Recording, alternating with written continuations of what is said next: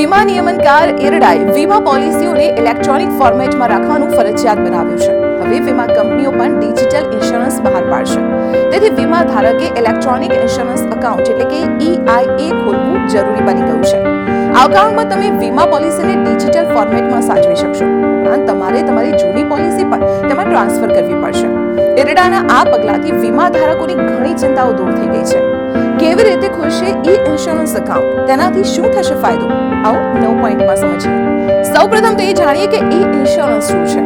Electronic insurance account એટલે કે insurance account demat ખાતાની જેમ કામ કરે છે. આમાં તમે તમારી બધા પ્રકારની વીમા પોલિસીઓને ડિજિટલ ફોર્મેટમાં રાખી શકો છો. આ ખાતાનું મેન્ટેનન્સ ઇરડા તરફથી અધિકૃત ઇન્સ્યોરન્સ રિપોઝિટરી કરશે.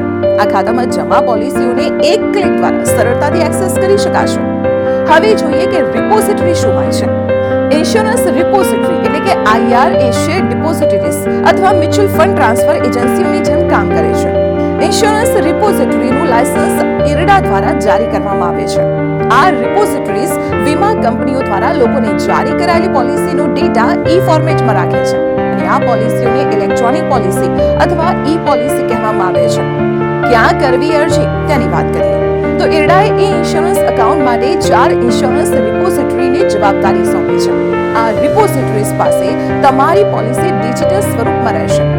આ રિપોઝિટરીઝ છે CAMS insurance repository, Karvy, NSDL database management અને central insurance repository of India. આ રિપોઝિટરીઝ પહેલેથી જ દેશમાં ઇન્સ્યોરન્સ ખાતું ખોલવાની સુવિધા આપી રહી છે. આ એજન્સીઓની પાસે વીમા પોલિસીઓ ડિજિટલ સ્વરૂપમાં જમા થશે. આ સુવિધા શેરના ડીમેટ ખાતાની જેમ કામ કરશે. હવે એ પણ જાણી લઈએ કે આ ખાતું કેવી રીતે ખોલાવવું. તમે 2 રીતે ઇન્સ્યોરન્સ ખાતું ખોલાવી શકો છો. ઓનલાઈન ખાતું ખોલવા માટે તમારે 4 રિપોઝિટરીઝમાંથી કોઈ એકની પસંદગી કરવાની રહેશે. પછી તમારે તેની વેબસાઇટ પર જઈને ઓપન ઇન્સ્યોરન્સ એકાઉન્ટ પર ક્લિક કરવાનું રહેશે. પછી તમે તમારા પેન અથવા આધાર નંબર દ્વારા આગળની પ્રક્રિયા પૂર્ણ કરીને ખાતું ખોલી શકો છો. ઓફલાઈન ખાતું ખોલવા માટે તમારે ઇન્સ્યોરન્સ રિપોઝિટરીઝની સાઇટ પર જઈને ફોર્મ ડાઉનલોડ કરવું પડશે. પછી તમારે આ ફોર્મ ભરીને તેને KYC ડોક્યુમેન્ટ સાથે તમારી વીમા કંપનીની બ્રાન્ચમાં સબમિટ કરવું પડશે. આ ફોર્મ કુરિયર અથવા પોસ્ટ ઓફિસ દ્વારા પણ મોકલી શકાય છે. વીમા કંપની આ એપ્લિકેશનને સંબંધિત રિપોઝિટરીમાં મોકલશે, જ્યાં આ ફોર્મને વેરીફાઈ કરવામાં આવશે. વેરીફાઈ પછીના 7 દિવસની અંદર તમારું EIA ખુલી જશે. હવે સવાલ ઊભો થાય છે કે હાલની નીતિનું શું થશે. તમારી પહેલેથી ચાલી રહેલી પોલિસીને ડિજિટલ ફોર્મેટમાં કન્વર્ટ કરાવી લેવામાં જ શાણપણ છે, જેથી તમે પેપર્સ હેન્ડલ કરવાની ઝંઝટથી બચી શકો અને તમારી તમામ વીમા પોલિસી એક જ જગ્યાએ સ્ટોર કરી શકાય. આ કામ ઓનલાઈન અને ઓફલાઈન બંને રીતે કરી શકાય છે. ઓનલાઈન પ્રક્રિયામાં તમારે વીમા કંપનીનું નામ અને પોલિસી નંબર દાખલ કરવો પડશે. ઓફલાઈન પ્રક્રિયા માટે તમારે ફોર્મ ભરવું પડશે અને તેને વીમા કંપનીની બ્રાન્ચમાં સબમિટ કરવું પડશે. પ્રક્રિયા પૂર્ણ થયા પછી તમને ઈમેલ અથવા SMS દ્વારા માહિતી મળશે.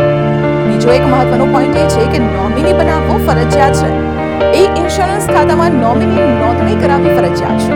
વીમા ધારક જીવિત ન હોય તો નોમિની આ ખાતું પોતાના અધિકારમાં લઈ શકે છે. જરૂરિયાત મુજબ એક્સેસ કરી શકે છે. હવે જાણીએ કે કેવા દસ્તાવેજોની જરૂર પડશે. ઇન્સ્યોરન્સ ખાતું ખોલવા માટે પાસપોર્ટ સાઇઝનો ફોટોગ્રાફ, પેન કાર્ડ અને આધાર કાર્ડની જરૂર પડશે. એકાઉન્ટ વેરીફાઈ કરવા માટે કેન્સલ ચેકની કોપી જોડવાની રહેશે. શું ખાતું ખોલવાનો કોઈ ચાર્જ લાગશે તેની વાત કરીએ.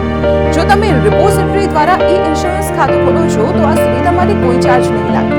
રિપોઝિટરી આ ખાતાના મેન્ટેનન્સ માટે અત્યારે કોઈ ફી નથી વસૂલી રહી.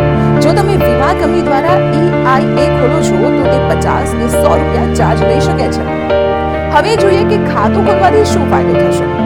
ઇન્સ્યોરન્સ ખાતું ખોલાવ્યા પછી વીમા ધારકને ઘણા મોટા લાભો મળશે. આ એકાઉન્ટ દ્વારા તમે તમારી બધી પોલિસીને એકસાથે ટ્રેક કરી શકશો. પોલિસી ક્યારે રિન્યુ કરવાની છે અથવા ક્યારે મેચ્યોર થશે તેની સંપૂર્ણ વિગતો એક જ જગ્યાએ મળી રહેશે. ઉપરાંત પોલિસી ડોક્યુમેન્ટ ખોવાઈ જવા અથવા ફાટી જવાની ચિંતા નહીં રહે. તમે આ એકાઉન્ટ ગમે ત્યારે અને ગમે ત્યાંથી ઓપરેટ કરી શકો છો.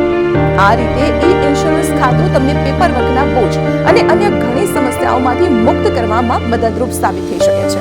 જો તમારી પાસે જૂની પોલિસી છે તો તેને જલ્દી ફોર્મેટમાં કન્વર્ટ કરાવી લો.